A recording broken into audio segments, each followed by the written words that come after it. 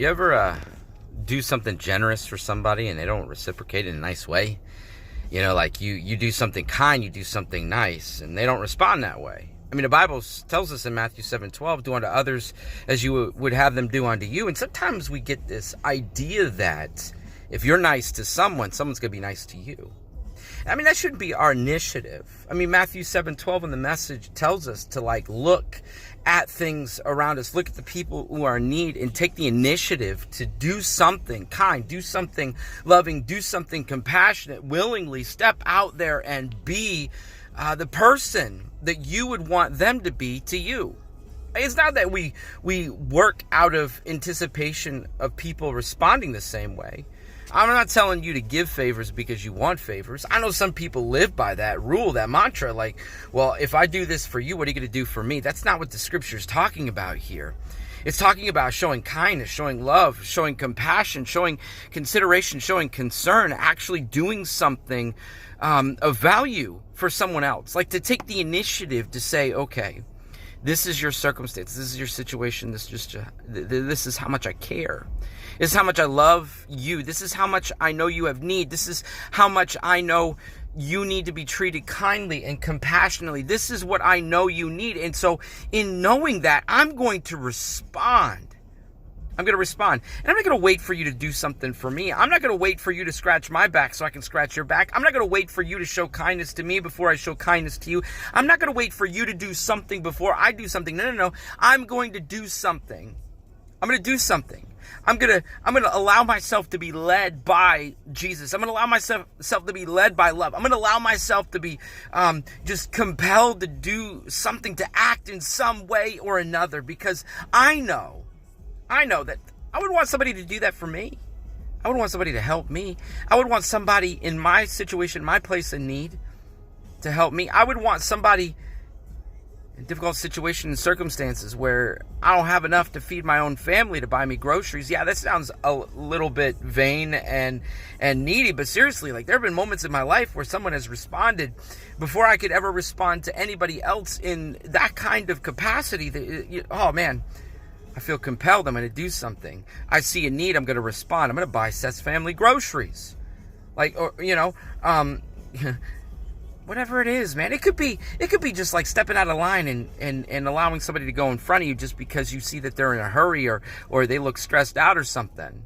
Like that seems simple, but little decisions like that go a long way. They make this, they make serious differences in people's lives. So today, what's your Matthew 7:12? What do you need to do for somebody else? What do you need to do unto others? What initiative do you need to take?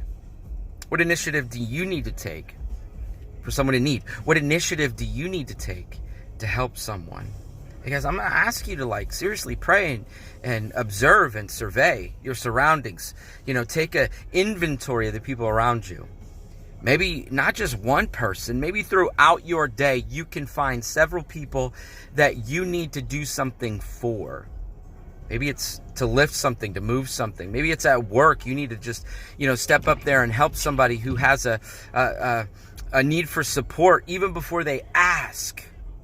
You'd be surprised. Not that you would be after this, but you'd be surprised the amount of promotions that happen as a result of doing something that you weren't told to do.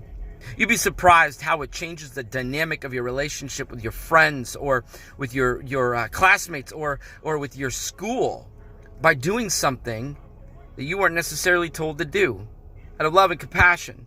I'm not talking about doing extra work and stuff. I'm just talking about serving. I'm talking about helping. I'm talking about doing something for someone because you felt inclined to.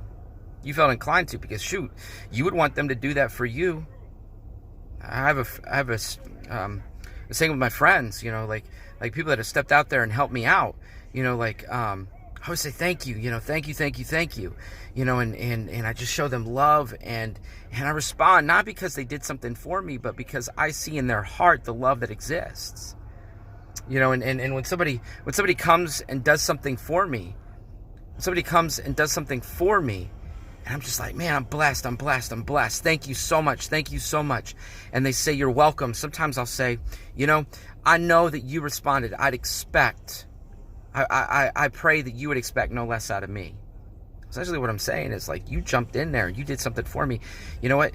And I hope that you expect the same from me, because that's what you're going to get. Before you even do something for me, I'm going to do something for you. You see what I mean? Like, outdo each other in generosity, outdo each other in compassion, kindness, and benevolence. Like, I'm kind of rambling on here, but I want you to grab this, guys. Before anybody ever does something for you, take the initiative and do something for them. Do something for them. Even if they don't reciprocate, you will feel an immense amount of joy in your heart. It will increase the capacity of your love. You will feel grateful and blessed because you gave. I love you guys. Be blessed. Be encouraged. Have a fantastic day. Find something. Do something.